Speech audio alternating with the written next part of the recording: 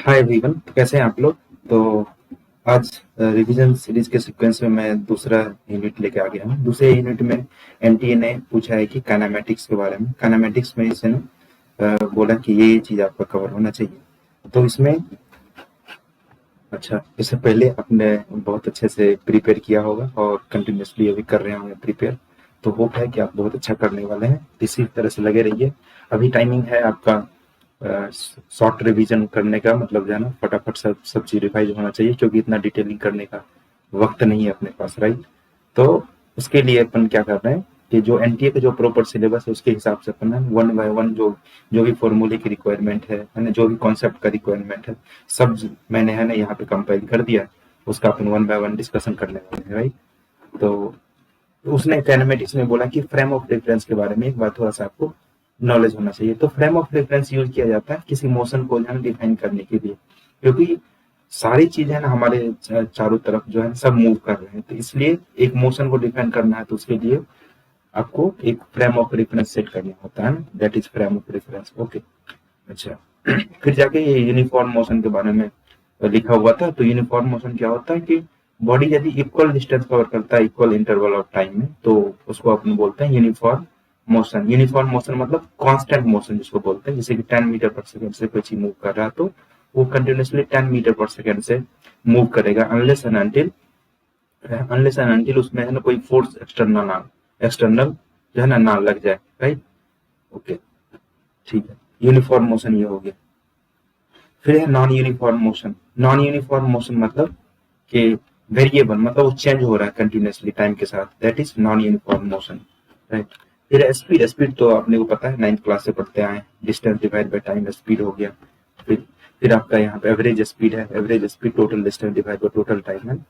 Average speed का मैं बच्चों को बार बार बोलता हूँ कि एवरेज स्पीड का अपने पास एक ही फॉर्मूला है, total distance divide by total time. कई बार आपको डिस्टेंस मिसिंग रहता है, कई बार आपको टाइम मिसिंग रहता है, तो आपको किसी तरह से ये सोचना है कि कैसे टोटल डिस्टेंस आ जाए और कैसे टोटल टाइम आ जाए। उसको अपन डिवाइड करेंगे तो अपने पास जो चीजें आएगी बन के उसको अपन एवरेज स्पीड बोलेंगे, राइट। अच्छा, स्पीड का तो अपन ऐसा यूनिट क्या होता है, मीटर पर सेकंड, राइट। अच्छा, फिर इंस्टेंटेनियस स्पीड होता है। किसी इंस्टेंट पे जो स्पीड बोलते हैं उसको अपना इंस्टेंटेनियस स्पीड बोलते हैं। तो उसको इस तरह से कुछ इक्वेशन के फॉर्म में जैसे दिया रहेगा आपको, राइट। जैसे कि मैं एक इक्वेशन यहाँ पे यदि लिखूं आपके लिए, जैसे कि वेट सेकंड, तो एक इक्वेशन यदि मैं यहाँ पे आपके लिए यदि लिखता हूँ, अच्छा ये कनेक्टेड नहीं है।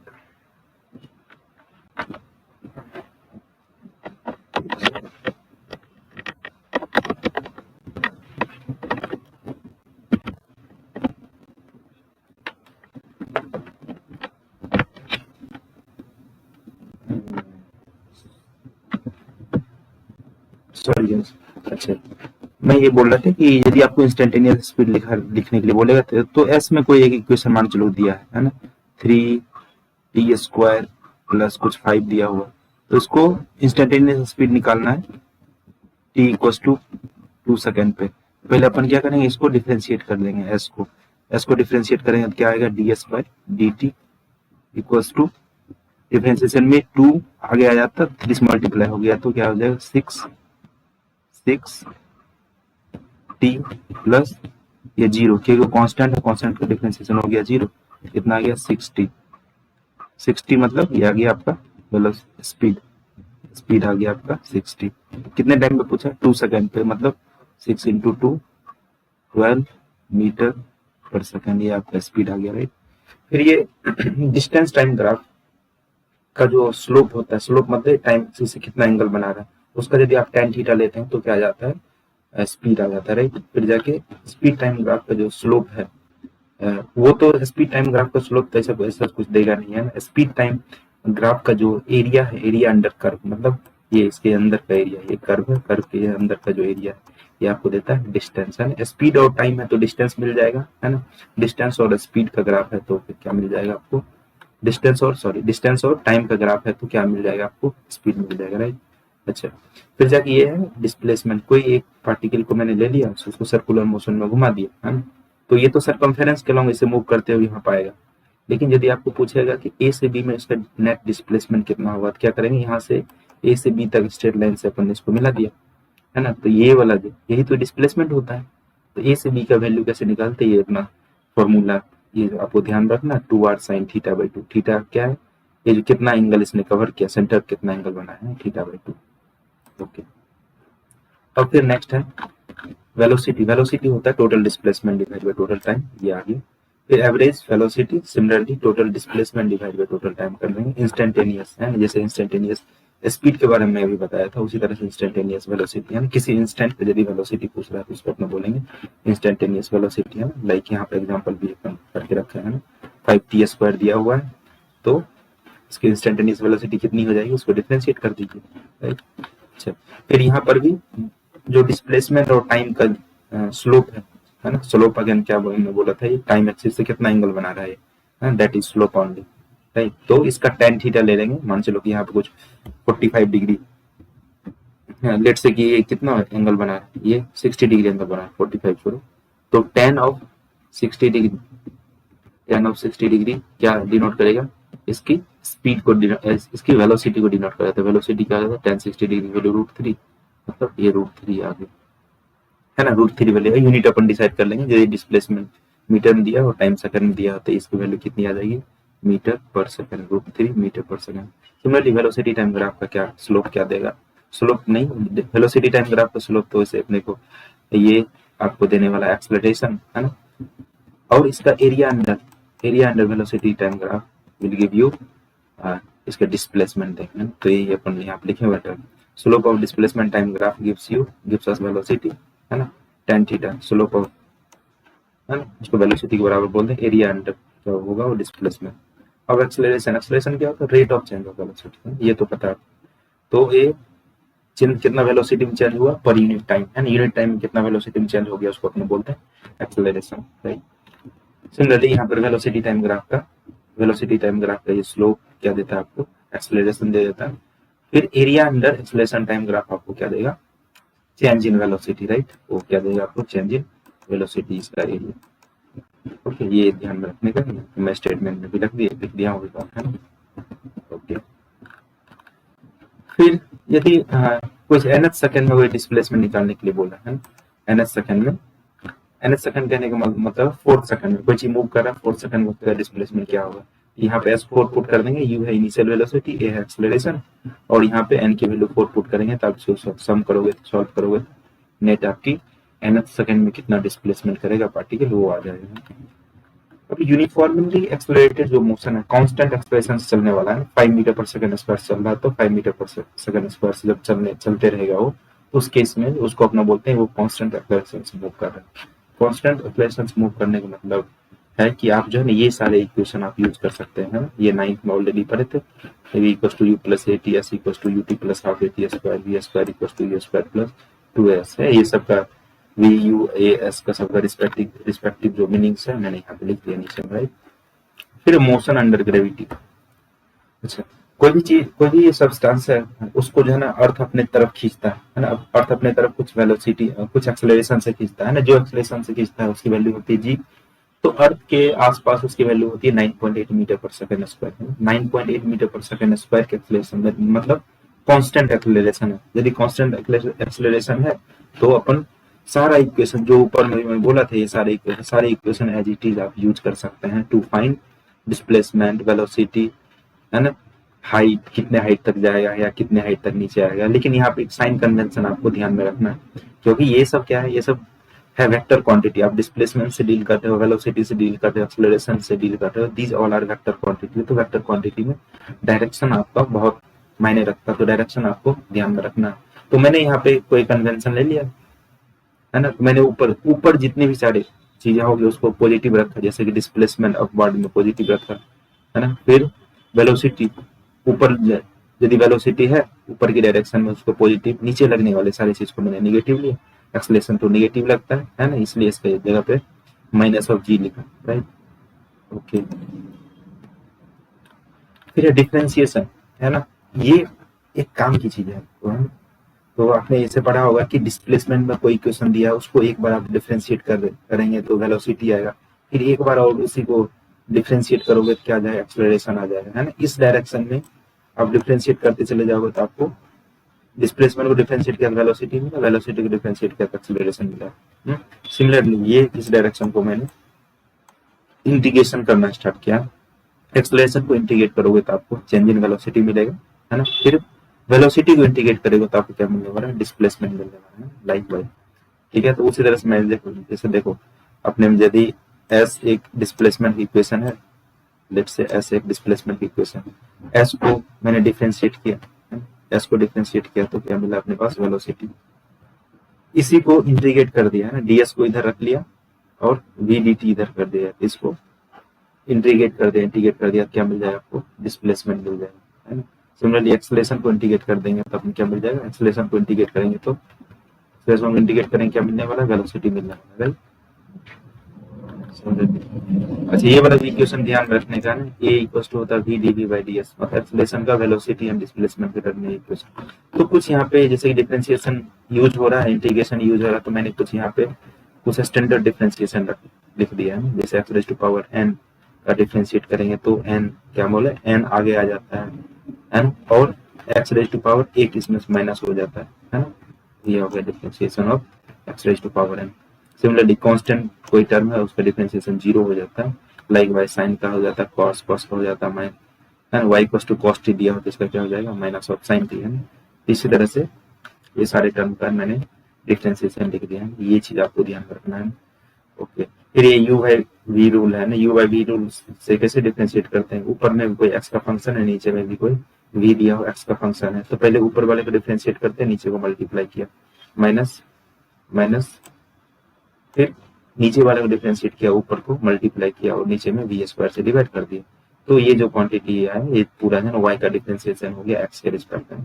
सिमिलरली यू वी है, उसको पहले यू को डिफरेंशिएट करेंगे, वी को मल्टीप्लाई करेंगे, फिर वी को डिफरेंशिएट करेंगे, यू को मल्टीप्लाई कर दिया, ये हो गया y equal to u v का डिफरेंशिएशन है। सिमिलरली वाई का y equal to cos a x plus b है, उसको डिफरेंशिएट किए, y equal to a t plus b का होल स्क्वायर उसका डिफरेंशिएट किया, तो अपने को पता है कि पावर आ गया था, पावर 2 आ गया है ना, ए टी प्लस बी का, अब 2 माइनस 1 तो 1 आ गया। अच्छा, ये तो हो गया ये पावर का डिफरेंशिएशन है ना, पावर 2 ऊपर में उसका डिफरेंशिएशन, नीचे में जिस पे पावर है उसमें इसके अंदर वाला भी टर्म तो डिफरेंशिएबल है, देखो यहाँ ए इंटू टी प्लस बी लिखा हुआ, इसका मतलब ए टी प्लस बी का डिफरेंशिएशन हो गया, बी का चलो 0 हो गया, लेकिन ए टी है, ए टी का टी का डिफरेंशिएट करेंगे टी के रिस्पेक्ट में तो उसका वैल्यू 1 आ जाएगा, है ना, और एक तो कांस्टेंट होती है, इधर मल्टीप्लाई हो गया तो इसका डिफरेंशिएशन ये आ गया।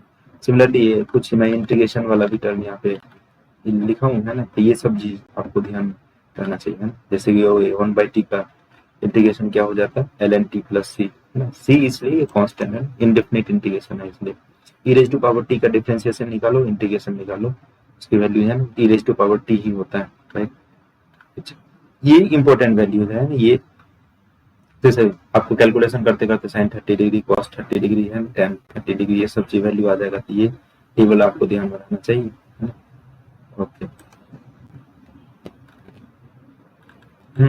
तो प्रेशर तो है बच्चे, लेकिन पढ़ना तो पड़ेगा, है ना, आपको बेटर फ्यूचर देखना है, बेटर अपने को जो है ना एस्टेब्लिश करना है, उसके लिए तो मेहनत तो करनी पड़ती है, समझे। तो आप यदि आप मेहनत कर रहे हो तो जाकर आपको दुनिया सलाम करने वाली है, तो मेहनत से मत कर रहिए और मस्त होके पढ़ते रहिए, राइट। ठीक है, हाँ, अब है वेक्टर एंड स्केलर। तो फिजिकल क्वांटिटी को बेसिकली है ना डिवाइड किया गया है 2 पार्ट्स में, एक वेक्टर बोलते हैं, दूसरे का स्केलर बोलते हैं, तो आपने ऑलरेडी पढ़ा होगा, है ना। तो वेक्टर क्या होता है कि those physical quantity which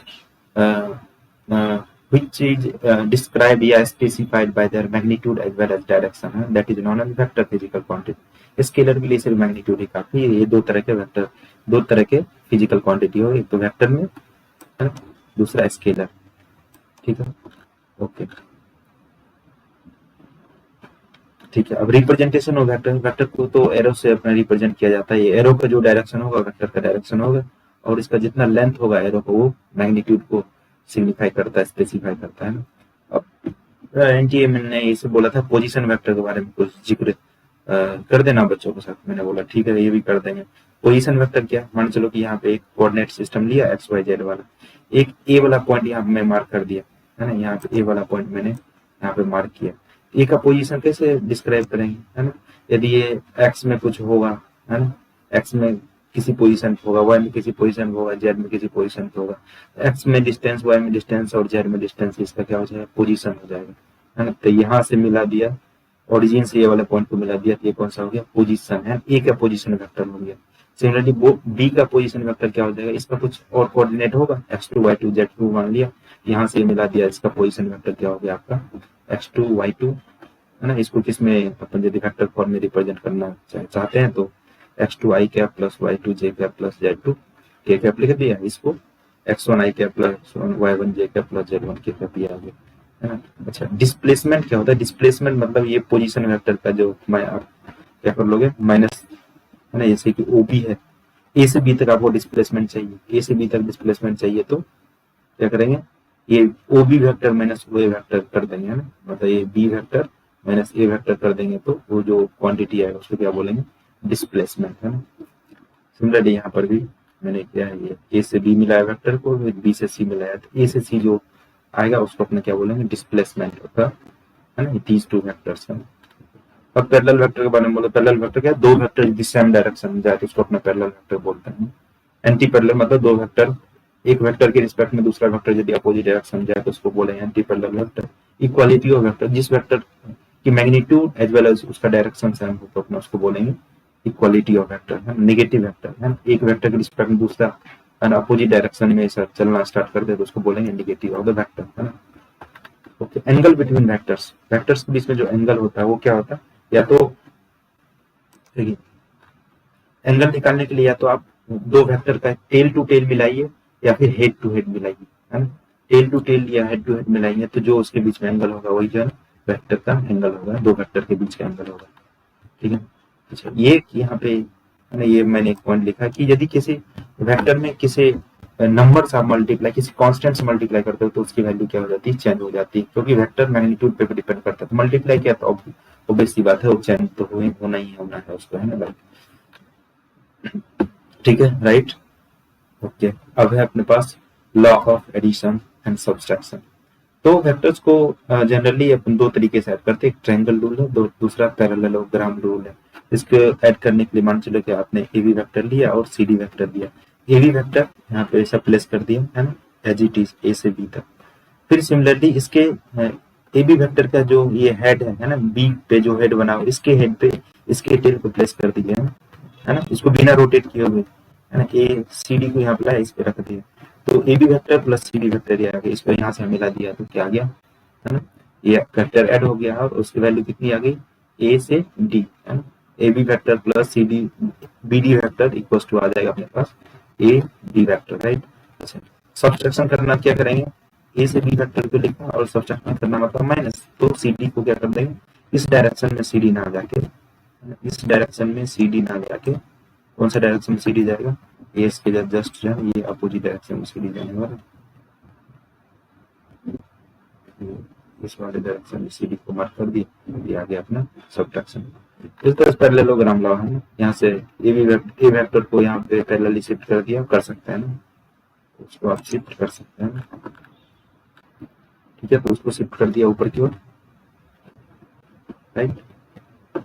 A vector plus B vector ये आ गया, इसको वैल्यू रिजल्टेंट ऑफ वेक्टर निकालना है, ए वेक्टर और बी वेक्टर का रिजल्टेंट क्या होता है, उसका रिजल्टेंट रूट अंडर ए स्क्वायर, ए वेक्टर का स्क्वायर प्लस बी वेक्टर का square plus 2ab cos theta, मतलब ये दोनों वेक्टर के बीच का एंगल निकाल दे, एंगल से मल्टीप्लाई कर दिया तो उसका cos कंपोनेंट लेके तो अपने पास रिजल्टेंट ऑफ वेक्टर्स आ गए, ठीक है। तो दो वेक्टर के मतलब मैक्सिमम वैल्यू कब होगा, जब दोनों सेम डायरेक्शन में जाए तो वो दोनों ऐड हो जाएंगे, यदि एक दूसरे का अपोजिट डायरेक्शन में जा रहे तो क्या हो जाएंगे, सब्ट्रैक्ट हो जाएंगे, राइट। तो उसी तरह से अपन लिखा, यदि दो वेक्टर के बीच में 90 डिग्री एंगल तो उसका रिजल्टेंट ये आ जाएगा, यदि कुछ और एंगल दिया हुआ तो उसका रिजल्टेंट ये आ जाएगा, राइट। यूनिट वेक्टर क्या होता है, यूनिट वेक्टर का काम है, यूनिट वेक्टर का मैग्नीट्यूड होता है 1, उसका एक ही काम है दुनिया में कि वो किसी वेक्टर को डायरेक्शन देने का काम करता है, किसी क्वांटिटी को डायरेक्शन, यदि यूनिट वेक्टर से आपने मल्टीप्लाई कर दिया तो उसका वो एक क्या हो जाएगा, वेक्टर क्वांटिटी हो जाएगा ना, ओके। यूनिट वेक्टर जैसे ए वेक्टर का यूनिट वेक्टर लिखना है, क्या कर दिया, ए वेक्टर लिखा और उसी के मैग्नीट्यूड से आपने डिवाइड कर दिया, इस जो क्वांटिटी है उसको क्या बोल दिया, यूनिट वेक्टर, ओके, अब जो है ना 3 कोऑर्डिनेट एक्सिस के अलॉन्ग जो है ना ये मार्किंग करते हैं। एक्स एक्सिस के अलॉन्ग जो यूनिट वेक्टर होता है आई कैप से डिनोट किया जाता है, वाई को के अलॉन्ग जो होता है जे कैप से, और के जेड के अलॉन्ग जो होता है उसको के कैप से डिनोट करते हैं। ठीक है, तो तीनों एक्सिस के अलॉन्ग जो यूनिट वेक्टर है आई जे के, ये तीनों वेक्टर। अब देखो, अब रिजोल्यूशन ऑफ वेक्टर है यू कॉस थीटा, ये एक्स और वाई एक्सिस है ना, इसके जो कंपोनेंट है, 2 कंपोनेंट हो जाएंगे, एक तो इसके कंपोनेंट एक्स के अलॉन्ग, दूसरा कंपोनेंट इसके ये वाई के अलॉन्ग है ना। इसका एक कंपोनेंट एक्स के अलॉन्ग आ जाएगा यू कॉस थीटा, इधर थीटा होता है उसका कॉस वाला कंपोनेंट जाता है, इधर थीटा नहीं होता उधर साइन वाला कंपोनेंट जाता है, तो थीटा इधर है एक्स एक्सिस के साथ, इसलिए यू कॉस थीटा इधर और यू साइन थीटा दोनों को ऐड कर दिया। फिर है प्रोडक्ट ऑफ वेक्टर। वेक्टर को 2 तरह से आप जो है मल्टीप्लाई कर सकते हैं, प्रोडक्ट निकाल सकते हैं, एक तो स्केलर प्रोडक्ट होता है या डॉट प्रोडक्ट, दूसरा होता है वेक्टर प्रोडक्ट और क्रॉस प्रोडक्ट है ना। Suppose a vector and b vector दो लिए, इसके बीच में एंगल है थीटा, ठीक है, तो इसका जो स्केलर प्रोडक्ट या डॉट प्रोडक्ट क्या हो जाएगा, mod of a vector mod of b vector और इसके बीच का कॉस थीटा। तो ये जो क्वांटिटी आएगा वो स्केलर क्वांटिटी आएगा a b cos theta. Okay, फिर ये मल्टीप्लीकेशन मतलब डॉट दो वेक्टर जो है ना एक्स एक्सिस के अलॉन्ग ही जा रहा है, मतलब ये एक्स एक्सिस के अलॉन्ग यूनिट वेक्टर है, ये भी एक्स एक्सिस के अलॉन्ग यूनिट वेक्टर, उसका डॉट लोगे तो उसकी वैल्यू 1 आ जाएगी, मतलब सिमिलर वेक्टर के साथ डॉट लोगे तो उसकी वैल्यू क्या आ गई 1 आ गई। डिसिमिलर के साथ लोगे तो उसकी वैल्यू क्या आ जाएगी 0। डिसिमिलर मतलब i dot j dot i like y है ना। 2 वेक्टर का dot a vector dot b vector का वैल्यू 0, इसका मतलब ये हो गया ए और बी वेक्टर दोनों एक दूसरे के परपेंडिकुलर, राइट। ठीक है, अब कॉस थीटा ये ध्यान रखना, कॉस थीटा क्या होता है ए वेक्टर, ठीक है ना, ए vector dot b vector divide by A vector dot b vector divide by mod of a vector mod of b vector. Work done by forces हम निकाले, वर्क डन बाय फोर्सेज मतलब F vector dot D vector, vector form में force दिया हुआ है और vector form में displacement दिया है, तो दोनों का आप डॉट प्रोडक्ट ले लोगे तो क्या आ जाएगा उसका वैल्यू, उसका वो जो आएगा उसकी वैल्यू वो क्या होगी वर्क डन के बराबर। और वेक्टर प्रोडक्ट मतलब ए वेक्टर और ए वेक्टर और बी वेक्टर का प्रोडक्ट करना है, तो उसका जो तीसरा जो वेक्टर बनेगा है ना, ए वेक्टर क्रॉस बी वेक्टर किया, तीसरा जो वेक्टर बना वो भी एक वेक्टर क्वांटिटी बनेगा, उसका डायरेक्शन ए और बी वेक्टर के प्लेन के परपेंडिकुलर होगा, राइट।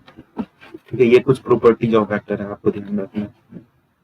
ओके, जैसे ये देखो यहाँ मल्टीप्लाई करते हैं आई क्रॉस जे, ये आई क्रॉस जे है, आई क्रॉस जे करोगे तो क्या मिलेगा के मिलने वाला है ना, जे क्रॉस के करते हैं तो क्या मिलता है आई मिलता है। ठीक है, इसके अपोजिट डायरेक्शन जे क्रॉस आई करेंगे तो क्या मिलेगा माइनस के मिलेगा है। इस तरह से एंटी क्लॉकवाइज डायरेक्शन में जा रहे हैं तो आपको पॉजिटिव मिलेगा है ना, और क्लॉकवाइज चलना स्टार्ट करेंगे तो उससे क्या मिलेगा वो निगेटिव में मिलेगी चीज। ठीक है, अच्छा, यदि सिमिलर आई क्रॉस आई करोगे तो उसकी वैल्यू जे क्रॉस जे करोगे तो 0, के क्रॉस के करोगे तो उसकी वैल्यू क्या मिलने वाली 0, राइट। ठीक है, जब ये 2 वेक्टर को मल्टीप्लाई किया है ना, ए वेक्टर और बी वेक्टर को क्रॉस किया है, तो पहले इसको इस तरह से ये डिटरमिनेंट मेथड से यूज करते हैं, इसको आई जे के ऊपर लिख लिया, पहले ए वेक्टर है तो ए वेक्टर का क्या है a x a y a z लिख लिया, फिर बी वेक्टर का b x b y b z, इसको मल्टीप्लाई कर दिया, राइट।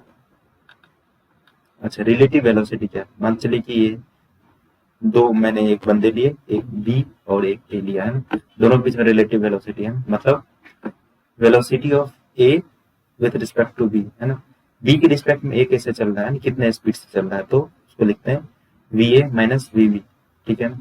फिर ये जो एक्सलेशन मतलब ए की एक्सलेशन बी के रिस्पेक्ट में क्या है, acceleration of a minus acceleration of b कर देते हैं तो वो रिलेटिव एक्सलेशन आ जाता है। 2D प्लेन में मोशन इन 2D प्लेन मतलब एक्स में भी मोशन हो रहा है वाई में भी मोशन हो रहा है, उसको 2D प्लेन का मोशन बोलते हैं। तो 2D प्लेन का मोशन है ना, दो एक्सिस में मतलब है ना 2 डायमेंशन में मोशन हो रहा है, 2 डायमेंशन में, इसलिए एक्स और वाई में इसको क्या कर देते हैं रिजॉल्व कर देते हैं, एक्स में अलग चीजें जो भी है लिख लेते हैं, वाई में जो भी चीजें अलग लिख देते हैं, फिर जाकर 1 बाय 1 जो है ना एक्स में मोशन का एनालाइज कर लेते हैं, वाई में मोशन का एनालाइज कर देते हैं, तो क्या हो गया 2D का एनालिसिस हो गया ना। तो मान चलिए यहाँ से आपने है ना यू वेलोसिटी से कोई एक स्टोन को फेंका, कोई ऑब्जेक्ट को फेंका, एंड थीटा एंगल कहाँ से बना रहा है, इस वाले एक्स एक्सिस से थीटा एंगल बना रहा है, ठीक है, तो इसके दो कंपोनेंट हो गए जैसा कि मैं बोला था, जिधर थीटा होता है थीटा के लॉन्ग एक कंपोनेंट ये यू कॉस थीटा आ गया। सिमिलरली जिधर थीटा नहीं है उधर साइन थीटा वाला कंपोनेंट आता है, तो यू साइन थीटा की वैल्यू इधर आ गई, राइट। ओके, अब देखिए एक्स डायरेक्शन में कोई फोर्स नहीं लग रहा है, जो भी है फोर्स इसमें लग रहा होगा एक्सलेशन ड्यू टू ग्रेविटी वाला, वो वर्टिकल डायरेक्शन में लग रहे हैं जी, है ना। तो एक्स डायरेक्शन में कोई एक्सलेशन नहीं है, इसका मतलब एक्स डायरेक्शन की वेलोसिटी हमेशा कांस्टेंट रहेगी हर एक पॉइंट पे यू कॉस थीटा। लेकिन वाई डायरेक्शन की वेलोसिटी, पहले तो इसकी जब वेलोसिटी डिक्रीज होते होते यहाँ पे टॉप मोस्ट पॉइंट पे वाई डायरेक्शन वेलोसिटी 0 हो जाएगी, फिर यहाँ से वाई डायरेक्शन वेलोसिटी इंक्रीज होते होते ये जाएगी यहाँ तक इंक्रीज होगी इसकी वेलोसिटी, राइट। तो ये हो जाता, ठीक है। अच्छा, यहाँ से फेंके थे अभी कितने डिस्टेंस पे जाकर आगे गिरेगा एक्स में, तो उसकी जो है ना उसको बोलते हैं रेंज। और यहाँ से ऊपर फेंके तो कितने ऊपर टॉप तक गया है ना, उसको बोलते हैं मैक्सिमम हाइट है, एच मैक्स। तो टाइम ऑफ फ्लाइट क्या होता है, टाइम ऑफ फ्लाइट कितने टाइम तक जाना, जो भी ऑब्जेक्ट आपने फेंका है वो कितने टाइम तक हवा में रहा, उसको अपना बोलते हैं टाइम ऑफ फ्लाइट। तो टाइम ऑफ फ्लाइट की वैल्यू होती है टाइम ऑफ एसेंट, मतलब ऊपर जाने का टाइम, फिर नीचे गिरने का टाइम, टाइम ऑफ डिसेंट, दोनों को आप ऐड कर देते हो, दोनों की फॉर्चुनेटली वैल्यू इक्वल आती है, यू साइन थीटा ऊपर जाने का, फिर यू साइन थीटा नीचे आने का, दोनों को ऐड कर देते हैं, टाइम ऑफ फ्लाइट हो जाता है। फिर अपने पास मैक्सिमम हाइट की फॉर्मूला ये आता है, ये ध्यान में रखना। फिर हॉरिजॉन्टल डेंस का ये आता है फॉर्मूला, वो भी आपको ध्यान में रखना, राइट। अब range is same for two different angle, theta और 90 माइनस थीटा दोनों के लिए रेंज सेम होता है ना। अच्छा, रेंज सेम होता है लेकिन हाइट डिफरेंट डिफरेंट होता है, वो रेंज और हाइट में जो रिलेशन होता है इस वाले इक्वेशन से निकालते हैं, ठीक है। Maximum range possible at theta equals to 45 degree, theta equals to 45 degree पे रेंज मैक्सिमम होती है। इक्वेशन ऑफ ट्रेजेक्टरी है ना, आपने पार्टिकल को फेंका ऊपर, तो कौन सा पाथ में है ना, वो पाथ का इक्वेशन क्या होगा, तो उसकी जो इक्वेशन ये होती है x tan theta u g x square divide by 2 u square cos square theta. दूसरे टर्म में वैसे अपन लिखते हैं, ये आप ध्यान में रखिएगा, ठीक है। ओके, ये थीटा एंगल से यहाँ फेंके तो यहाँ किसी पॉइंट पे एक्स और वाई से इसको मिला दिया, इनिशियल पोजीशन और फाइनल पोजीशन को, इसको एंगल अल्फा बोल दिया, इसको बीटा बोल दिया, तो tan थीटा के साथ कैसा रिलेशन होगा उसका, तो ये रिलेशन होता है उसका। ओके।